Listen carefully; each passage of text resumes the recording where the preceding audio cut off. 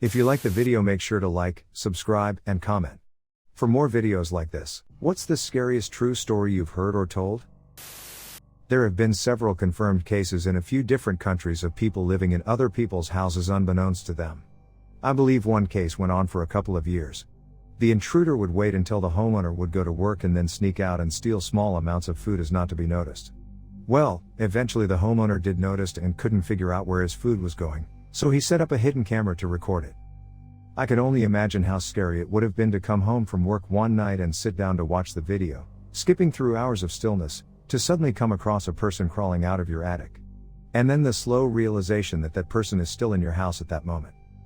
And then the retroactive fear of thinking back to all the times you laid awake at night and heard a noise, which you just dismissed as coming from the pipes or the old wooden beams, but actually it was a fucking person just above you. It gives me the heebie-jeebies every time I think about it. One day as a kid I was exploring the forest near our house with my cousin. The forest was on a hill, but there were several craters there because of bombs that were dropped there during the World Wars, Germany. One day we saw a backpack at the bottom of one. We tried to climb down, but it was kinda steep and slippery, so we didn't want to risk falling. We planned on returning later with a rope, and went home. The next day news story was that there was a backpack found with the remains of a girl, in that forest. A guy walking his dog found it, after the dog wouldn't stop barking and going crazy at the edge of the crater, while staring at the backpack. We stopped exploring the forests after. Lived W3 other girls sophomore year of college. All three took off early for spring break, leaving me alone in the house. First night alone, I heard someone bang on my front door at 2 a.m. Then I hear more knocks at the back door. A man yells, "Boulder police, open the door." When I didn't, I heard body slams against both doors. Soon I hear, "Little girl, open the door, we know you're alone." At this point I'm so scared I keep accidentally dialing 611 instead of 911. When I eventually do get the police, cars roll up, thankfully, just minutes later. Officers have 4 boys from our school hockey team face down on the grass. I had to file restraining orders against them, and the kicker, one lived across the street from me and we'd never spoken a single word before then. When I worked in healthcare I had a patient who got a sinus infection. He stopped taking his antibiotics after a few days because he felt better. His sinus infection came back with a vengeance. When he got to the emergency department he was presenting with stroke symptoms. The infection had spread to his cranial cavity. There was so much pus that it was twisting his brain. No one thought he would survive the surgery. The family was advised to expect the worst. Amazingly, he actually survived. He ended up needing 3 more surgeries to wash out and spent almost 2 months in the hospital. Take your full dose of antibiotics, people. The Reina Marroquin story. A young lady had an affair with her boss in the 1960s, got pregnant. After threatening to tell her boss's wife, she was killed by her boss, who then put her body in an industrial barrel. He hid the barrel in his house for years and none of the various owners opened it due to the weight. Finally one guy decided to dispose of it in the 90s, and when he opened it he saw it contained something. An investigation traced the barrel and girl back to the man, who then killed himself before police could come arrest him after confirming he was the father of the unborn baby via DNA. The lady's mother was in her late 80s when she was told her missing daughter was finally found. She claims that she had been having dreams about her daughter being inside a metal container for years after she had gone missing. When I was about 8 years old our school was doing swimming lessons as part of the curriculum. My mom worked late, so we went to after school care and didn't get home until after dark. When we got home mom asked me to take my wet togs, bathing suit, and towel out to the clothesline to dry so I could use them the next day. I was so confident going outside to do this and had this real feeling of being a big kid. I walked into our backyard only for a man to be running at me. I screamed, jumped inside and instinctively locked the back door as I did so. As this was happening, my mom told me she heard the guy jump the gate which was next to her bedroom just after she heard me scream and came running to find me. I slept with the light on until I was 16 and I get my husband to go outside for me while it's dark. An old coworker of mine grew up in the USSR in its final days. She was an orphan and lived in an orphanage and would often sneak out. She was about 5 or so. One time she came across a guy who convinced her to come along with him. They ended up in some kind of distant area somewhere. A lake edge or something? Anyway, I asked her why she had gone with him and she had said he was just super friendly and she hadn't really met anyone who had been kind to her. And he played her some guitar, they had a fire, she sang and laughed and danced with this guy. Eventually some police or authorities of some kind showed up and arrested him. Turns out the guy was a serial killer and rapist of children. She was there when they asked him why he hadn't done anything yet. He was known to be really brutal. Apparently it was the first time a kid hadn't been scared of him. The fear is what would help compel him to commit his actions, and he got off on that, but she wasn't really afraid at all, and it was one of the first times he'd been able to really interact with a target. And they had been having fun, so he didn't want to end it too quickly. From what I understand, she ended up back in the orphanage after the collapse of the USSR had made her way overseas to Canada when she was older. One of my friends was drugged by a nice-seeming girl at a bar that tried to sex traffic her. The girl got her an Uber to an address she didn't know under the guise of "get my drunk friend home," but she woke up on the way and told the driver she didn't know where they were going. They called the cops. Apparently that wasn't the first time that week they'd heard the same story, and they recognized the address as one they were already tracking. If she hadn't woken up on the way, she might have been trafficked by now. Apparently they use younger, safe-seeming girls to do the collecting a lot of the time. One of my dad's friend's wife was murdered by some crazy dude walking down the street. This guy had just been released from a mental hospital and literally just stabbed her as she walked home.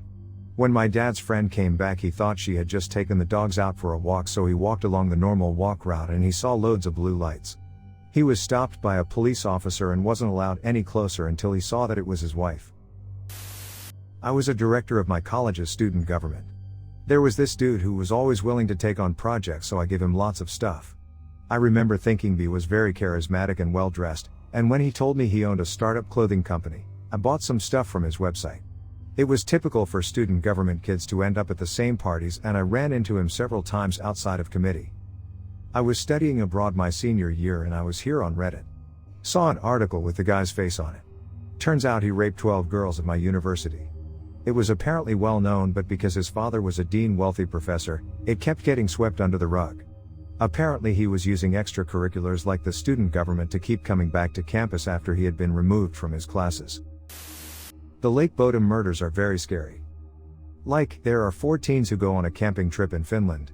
The next morning, 3 of the teens are found murdered, and one of them is almost dead and severely injured, but survived. No one knows who the murderer is today. 44 years later, the 4th teen, Nils, who survived, was accused of murdering them and gets sent to prison. But then he was released a year later, because there was little DNA evidence to prove this. And no good evidence to prove that he murdered them at all. However, there is circumstantial evidence, such as he allegedly fought his one friend due to an argument and was drunk. Some say this could have ended in accidental and/or intentional murder. However, I personally highly doubt that Nils is guilty. I couldn't find much information on who Nils thought the murderer was. So my thoughts are: 1, it's too traumatic for him to remember, or 2, he didn't recognize the person. Some other key suspects include the manager of the camp, who was known for being quite hostile, an ice cream vendor who admitted to the crime on his deathbed, and a man who lived only a short distance from the camp who claimed to be in Germany during that time. However, there is much doubt for his claim. There was a sketch released of the alleged murderer, who seems to be an unsettling picture of an older man.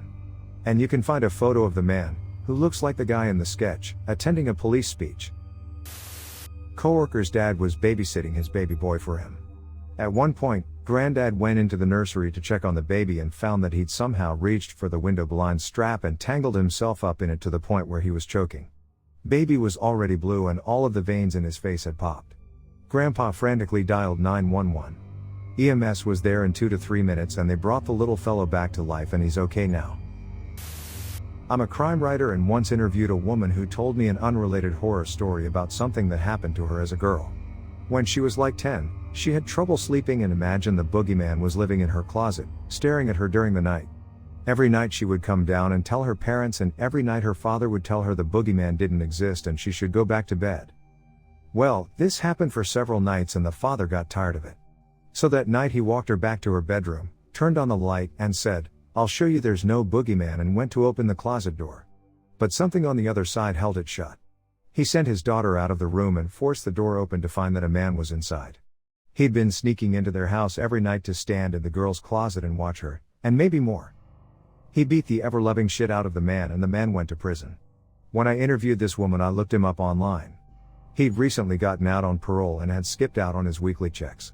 There was a warrant out for his arrest and nobody knew where he was anymore. I recently read about the Dyatlov Pass incident, a true event where 9 Russian hikers died mysteriously in the Ural Mountains. After veering accidentally off course, the group decided to set up camp for the night and return to their trail the next day. That was the last mistake the group made. After nearly 20 days had passed from their projected return date, the Soviet authorities decided to form search parties and sweep the mountains for the unfortunate hikers. After a few days of searching, the group was found, and the discovery that awaited the search party that had found them was a gruesome one. According to forensic experts, the scene played out like this. For some unknown reason, the group tore out of their tent from the inside, ripping the fabric apart, before running as far as possible into the wilderness, in nothing but their undergarments. Naturally, 5 of them had died due to hypothermia, but what happened to the remaining 4 still confuses and terrifies professional investigators to this day. 2 of the corpses were found with flattened chests, their bones completely crushed. 1 was found with a severely fractured skull, almost elastic due to the intensity of bone breakage, with its tongue completely torn out, and the last body was otherwise unharmed, aside from the fact that its eyes were missing.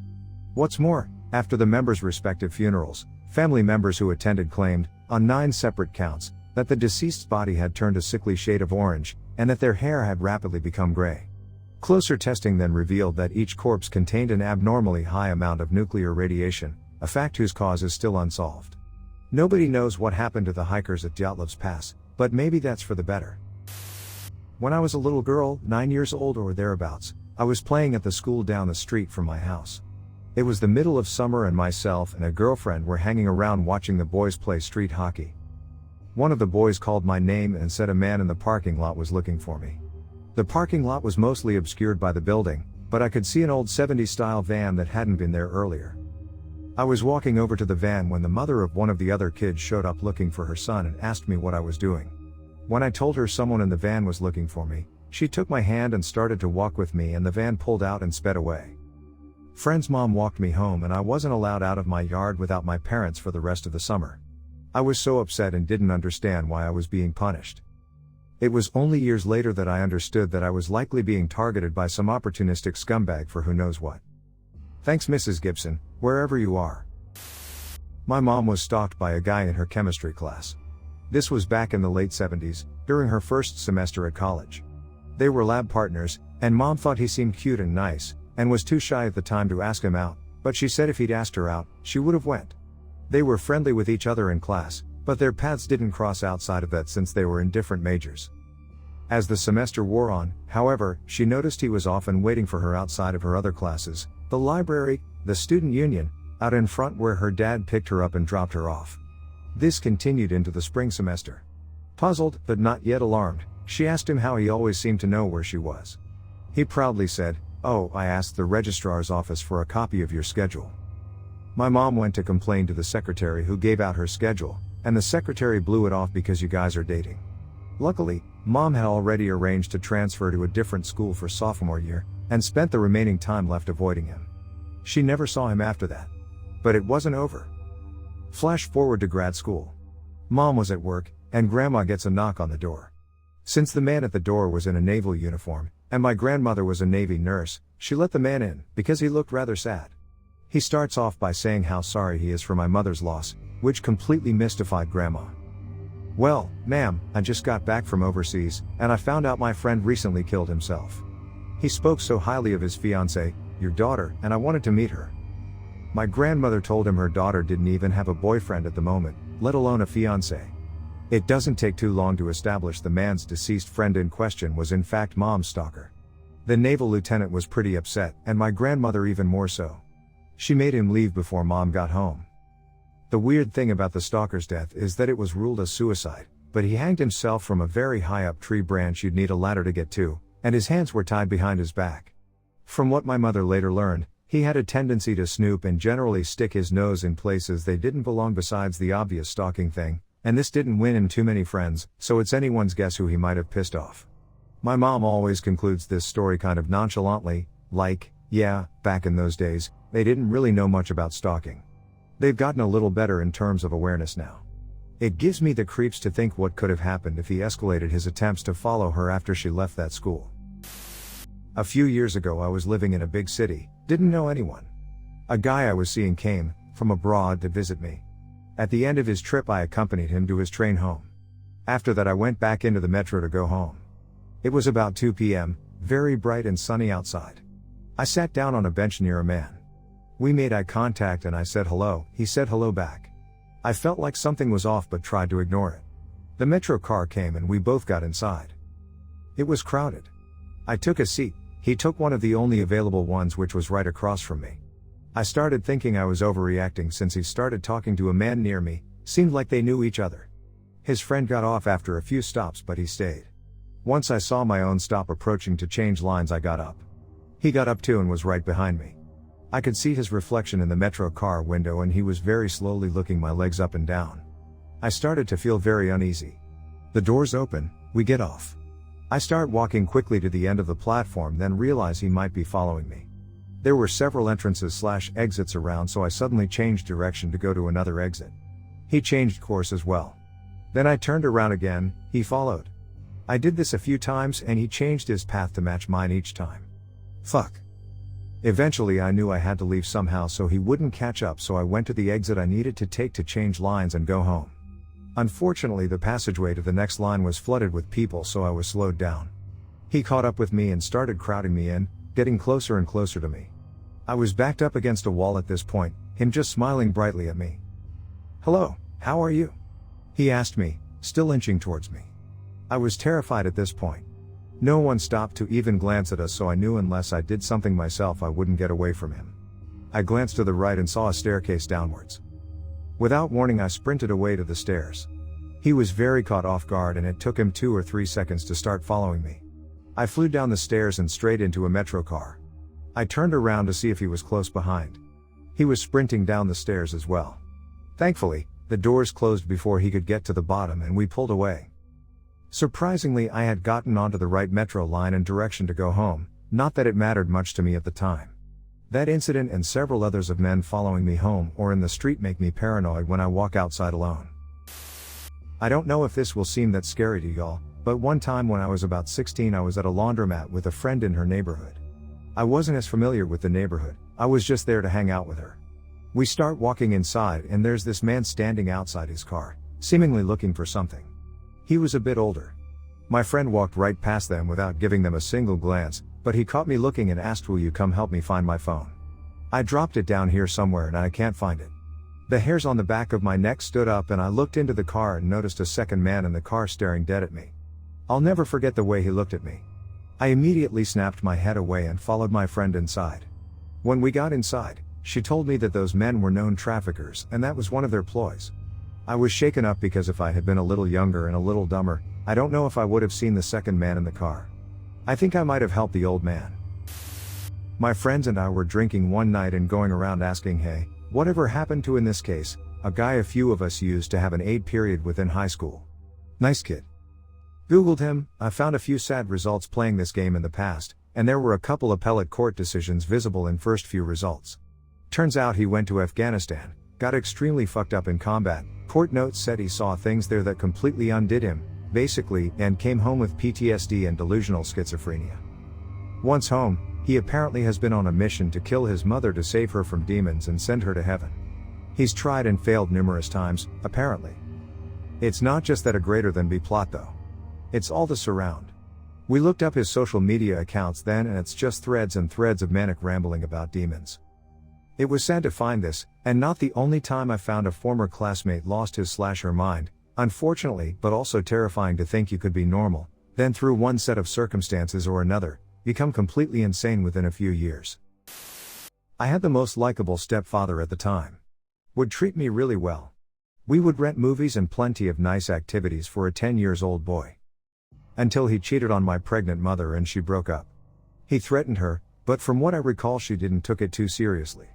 He waited for us one night hiding in our apartment. Luckily for me I had stayed at my grandmother's place to sleep. He tied her up, raped and killed her. The baby did not survive. During trial he said he would have killed me too. After years I got more details of fucked stuff he had done. Like being abusive mentally and physically. But I couldn't see it as a kid. Didn't have contact with him for 17 years. From what I heard he got out of prison a couple of months ago. I have no idea if he still want me dead or not. I want to move out to somewhere else. I've been living in the same neighborhood all my life. But can't afford it right now. So I'm trying to be extremely careful and hoping for the best. It happened about 12 years ago. I'm a 39 years old anesthetist from Egypt. 12 years ago I was working in a small hospital in the rural city of Rosetta. If you know Rosetta Stone, this is the city where they found it. The hospital is formed of 5 floors. The dormitories are in the 5th floor. The ground floor had the emergency and causality department. Other floors have the wards, the labs and the operative theater. At that time the hospital was under some maintenance. In that particular day I was on duty. There was nothing in the operative theater that afternoon, so I was in my room in the 5th floor surfing the web on my netbook. I heard some knocks on the door. It was the janitor. He told me that some new beds and wardrobes would be delivered now. He asked me to stay out of my room till they finished the replacement. I stayed in the TV room for a while when suddenly the PA system announced my name to head immediately to ER. Before I moved, one security man came running and he told me that there was a big road traffic accident that involved a school bus and that everyone available is needed down. I rushed to my room, found the new furniture in place, so I closed it and ran down to the ER. When I entered the ER department I noticed the new color of the walls. Before it was green, now it's blue with silver decorations everywhere. While I was helping the children, I asked one nurse when they changed the colors of the ER, would all the hospital have the same pattern? She looked me confused and asked what new color. It was always like that. I got confused myself, but I didn't pay attention to that. There were many injured children. There were many doctors, pediatricians, surgeons, etc. A lot of them were new faces to me. I was working in this place for several years, so I almost knew everyone. I was asking myself when all those new people came. I should be more social and so, but I didn't expect anything bad. I was asking the people I know about the new doctors and always I was getting the same answers. You don't know him? How? He was here for several years. We meet over lunch or dinner, etc. Again I was confused, but I didn't pay attention. Thank God nothing was serious. No one was admitted to ICU or went through an emergency surgery. A couple of hours later, everything is fine and things began to settle down. So I went outside the ER to have some fresh air. I won't forget what I saw. The hospital place is near the Nile, the western branch, the Rosetta branch, so that's what I usually see when I leave the hospital. But what I saw was simply the Mediterranean. Rosetta City is near the Mediterranean but not that close. I couldn't believe my eyes. I began to look to the surrounding buildings. Some I knew, some I didn't. Now I freaked out. I remembered that I didn't recognize the ER or the new doctors. I ran inside to my colleagues and I asked them about what is outside. They told me it's the Mediterranean. I shouted, I know it's, but how did it come to here? Everyone was confused. I kept asking, where am I? And my colleagues started to calm me down and try to understand why the panic. I tried to call my parents. I was single at that time, using my cell phone, but they didn't answer. I wanted to call another older anesthetist. I consider him a father and my best friend. I couldn't find his name on my phone. I really freaked out. I asked my colleagues for his phone number. Everyone told me that they don't recognize the name. I was sure that I wasn't dreaming. I was treating children, calculating drug doses. My mind was clear enough to know that I wasn't dreaming. I got a mental block. I didn't know what to do. Then I decided that I will leave the hospital at once. I need to see my family. I ran to the 5th floor to my room to change my clothes and get my things before I leave the place. Once I opened the room, I noticed the usual furniture. No new furniture, no new bed or wardrobe. I stood there for a moment totally lost. Then I heard someone calling me. It was a security guard. He told me that there is a big accident down that involved a lot of children and they needed everyone down there. I kept staring at him without any response. He kept talking that PA is down because of a faulty maintenance and that's why they are calling the doctors individually. I told him that I will go down. He asked me if there is any other doctors in the dormitory. I told him that I don't know, so he went to check. I had a look outside the window and here it was the Nile and the usual scene. But I was already lost. I went down to help. The same children, same injuries, but I was completely lost, confused and in hand shaking. My legs barely carried me. It was easy to manage the children since I knew them already. I knew what kind of injuries we will find. My colleagues, usual daily group, no more new doctors, asked if I was okay and that I was pale. The next few days was like hell to me. I had nightmares. I wasn't able to think clearly during my day. Then I took 1 week off to calm down. I have never experienced anything similar. I wasn't on any medications at that time or under any kind of stress. Everything was clear, it wasn't a dream at all. As I said, my mind was clear to pay attention to the details of drug doses, scoring of injuries. I'm sure. Till today I still remember the children and what I did to them. I only told this story to this older anesthetist and later to my wife because whenever I remember it, I remember that horrible feelings I had. When I was about 5, Woke up to my house surrounded by loud voices and bright white lights. A group of robbers broke into our house after some kind of heist and were using us as hostages with rifles. The police had our house surrounded. My parents, grandparents, and I didn't really speak English back then, so my 12-year-old sister had to translate the demands to the police and instructions to us. My grandma told me to go back to sleep, which I somehow easily did. I used to love swimming. I'd go snorkeling, scuba diving, even jumped off a few cliffs into the water. When I was about 18 I read the Necronomicon, the collection of Lovecraft short stories, not the real thing, had a good scare, giggled at how silly I was to be unnerved and went about my life. Next year went to Crete on holiday. First day I jumped right into the ocean with my dad and went out deep. Lo and behold, I feel something tickling my legs.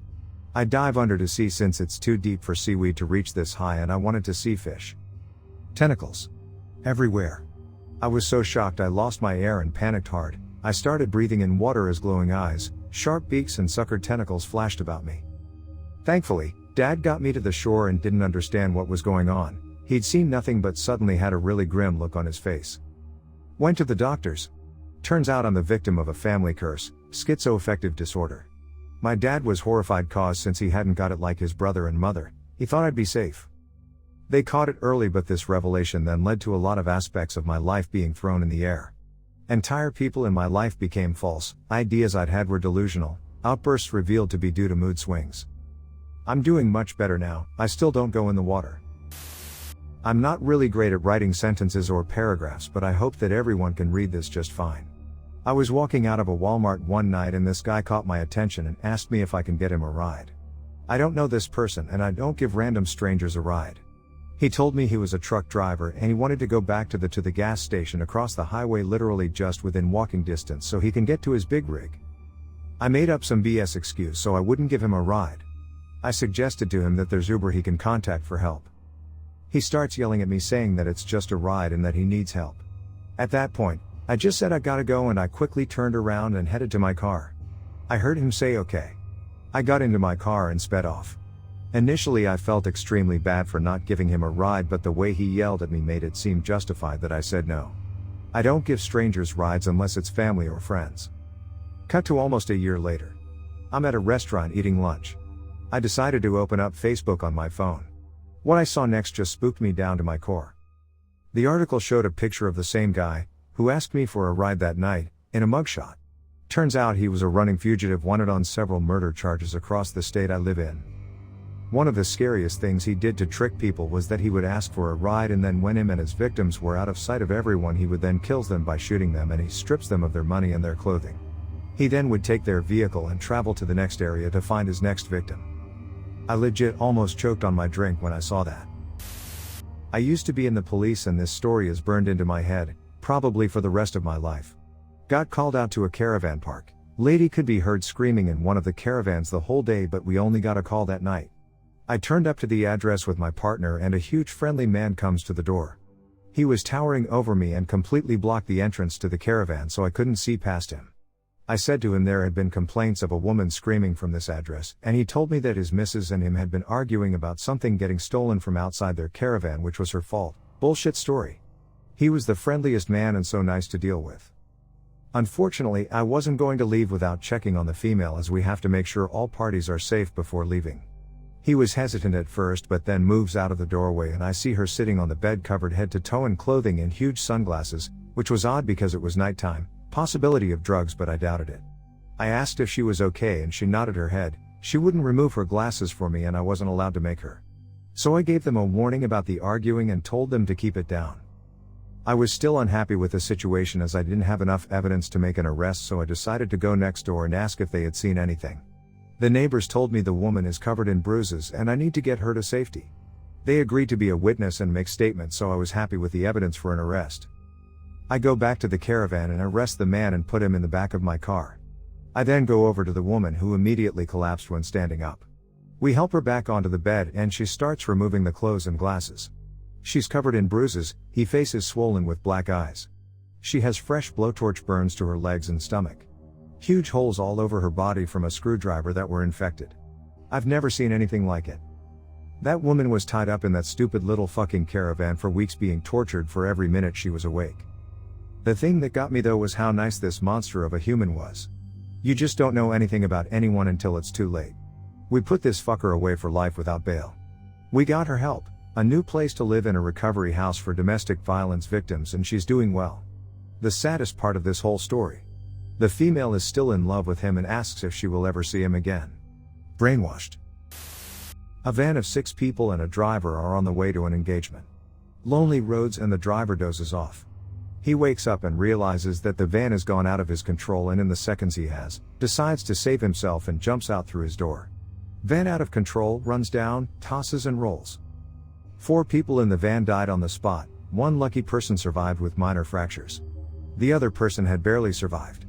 She had her skull cracked, the bone under her eyes broken and caved in, glass from the window stuck to her eyes, the nasal bone broken, jaw broken and teeth fell out, shoulder bone broken and dislocated, hip bone fractured, toes broken and a huge chunk of skin gone in her feet. She was wheeled into the hospital and performed surgeries on. She said the only thing that got her through was thinking that her kids would grow motherless. When I saw her post-surgery, she was completely wrapped in bandages like the Invisible Man, gaps for eyes and a hole for lips. She couldn't speak for months and couldn't walk for a year. This was my mom, and the year was 2006. I was 9 or 10 then, and the memory of her mummified form still haunts me in my dreams. I've told this story before. I'm an eye doctor, and I had a patient come to me with an infected eyelid 2 other eye doctors tried to treat and failed. They were dumping all sorts of medicine into it and it wasn't getting any better. At this point, it was swollen and painful for weeks with no improvement despite being on tons of meds. Apparently, neither of them thought to flip the lid upside down, you know that gross trick some kids do with their upper eyelids? It was a painful maneuver for her very swollen eyelid, which might explain it. Anyhow, there appeared to be what looked like a visible abscess inside the tissue with thick gooey material. I thought I'd give it a nudge and saw it move. This wasn't an abscess, it was something else. I managed to remove it quite easily in one whole piece. It was a fly larva. The patient told me that she had a bug hit her in the eye a few days before she got this infection. I removed the larva and within 2 days the wound closed and she was 100% recovered on basic antibiotic eye drops. Yes, I do have the photos from this case for those interested. My dad has too many true ones that really freak me out. Some of these sound ridiculous, but I swear that they're real. I'll tell the summed up versions to try and keep it short. One of my uncles is mentally disabled. As a kid in the 70s, he went missing. Everyone in the neighborhood was out looking for him. They checked his favorite places, like the park, near friends' houses, by the school, and just couldn't find him. My dad, one of 8 kids BTW, was with another one of his brothers when they found him. He was at his favorite park that they'd already checked twice that was tucked away in a wooded area. He was sitting on one of those springy horses you rock back and forth on as it started getting dark outside. No one knows where he went for sure. My dad would read to his blind neighbor after school when he was about 10 years old. She lived with her son and was well into her 90s, but loved having my dad's company. She fell down and broke her hip one day, so he couldn't see her for a long time. When he did go see her, Cage was sitting in her soiled diaper, looked fragile, and was covered in bruises. Her son was abusing her. One day there was an ambulance in front of her house and she was taken away. Her son had been sexually abusing her as well, but the reason she was taken was because he grabbed her forearm during a struggle and degloved her. She survived for a while longer and my dad got to see her with her bandaged arm and talk to her one last time. Rest her soul. My dad was a teenager and was offered some money to rough up some kids with his brother. The neighbor wanted them to give the kids messing with his lawn a tough time, so he took the money and they gave them a beating. My dad regrets this of course because they were just kids and even though they didn't really hurt them, he knows he shouldn't have done it. That doesn't excuse his behavior by any means. He knows it was the wrong thing to do. He was a kid himself, but there are no excuses for it. Once they're nearly done messing with these kids, 2 brothers, they hear sirens. My dad and uncle take off and hide in the bushes. It was an ambulance and it pulled up in front of those kids' house. The cops and firefighters followed closely behind, but it was too late. They watched as they eventually took away a body covered in a white sheet. The brothers, my dad and Uncle Braddock, lost their mother that day. She died of heart failure on the toilet. That has to be the worst day of their lives. So yeah, not really scary in the traditional sense, but horrifying and really shows you that you should always do the right thing and definitely not beat up kids for money because life has worse things to offer everyone and it's free to be kind. This happened to me. This is from the days when I used to live back home. I used to live in Karachi, Pakistan, but now moved to UK. We live very close to a SID, Police Investigation Department aka Pakistani FBI, building which we all were unaware of and always thought it was just an ordinary government building till on 11th November 2010. On that day around evening time coming home from work I thought I better hit the gym, because they had a sauna and after being tired from all day work that sounded like a good idea, which was hardly 0.3 miles away, so I decided to walk to the gym. I change quickly and leave for the gym and start walking towards the gym. I've hardly walked like 10 minutes and I'm 0.1 miles away roughly, and all of a sudden for a nanosecond I feel that ground is shaking, and then the next thing I hear is the loudest bang I've ever heard, followed by a pressure kick into my chest. Now to let you guys know, both the ears started bleeding because the bang was so loud, and for the reference the kick in the chest was as bad as Big Show wearing military boots and kicking you in the chest straight with full force. Next thing? I'm on the ground covering my ears because they are in agony and covered in dirt, trying to figure out what's happening. As I am trying to figure out, I can see all the cars' alarms have gone off. Anything made up of glass has been shattered in roughly 1 to 2 miles area. I'm still trying to figure out what has happened, and I start smelling gunpowder, and it is as if someone is making a barbecue and is being burnt. I will always remember that smell, which was something unsettling. Next things, rock and dust particles starts landing on me and the surrounding areas, which had 1 to 1.5 inches long of pieces of human skin and flesh. I am not believing that I have another human skin piece stuck to my arm. I brush up my clothes and arms, getting up and covering my ear, recovering from that pressure kick. As I move closer to a spot in a street where I am hearing loads of people screaming and crying, I see a few 3 to 5 feet cracks between some walls of the building which have been destroyed by the shockwave of the bang. I see the gap between a wall and move into the area where I see these scenes straight from a Hollywood movie where people are crying, cars on fire and dead bodies on the ground. By this time I'm thinking it's a bomb blast, and that's what has happened. As I move closer, I see a 10 feet and 30 feet wide crater which has been filled with the water, and the building, which was a SID building, is no longer there. There are hundreds of people lying on the ground crying for help, as some of them don't even have legs or limbs, or some don't have their complete bottom. I am still in a state of shock looking around, and I see a woman crying and hitting herself because she had her husband dead whose legs and torso was missing. I seen that later.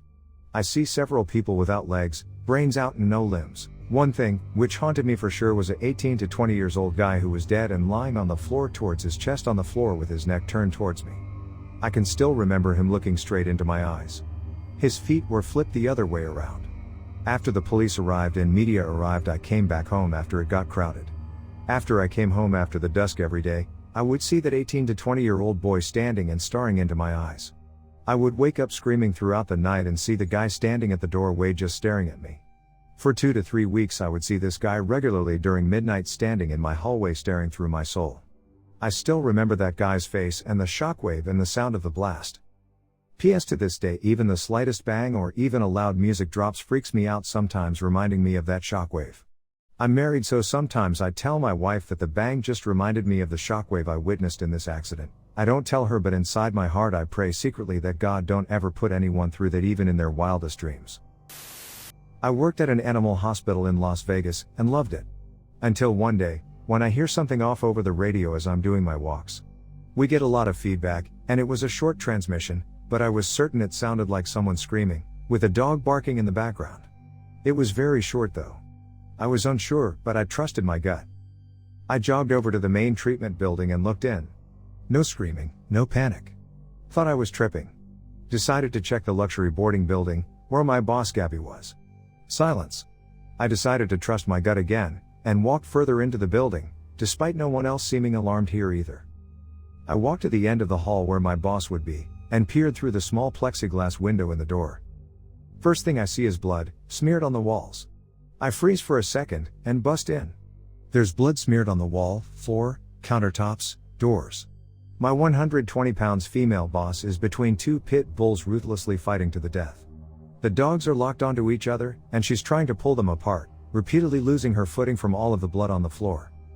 I grab the attacking dog from behind by his collar. Gabby grabs the dog being attacked /whining. It doesn't work. I start radioing for help, maybe 10 seconds straight of screaming for help, before I dropped the radio and had to attend to the fight again.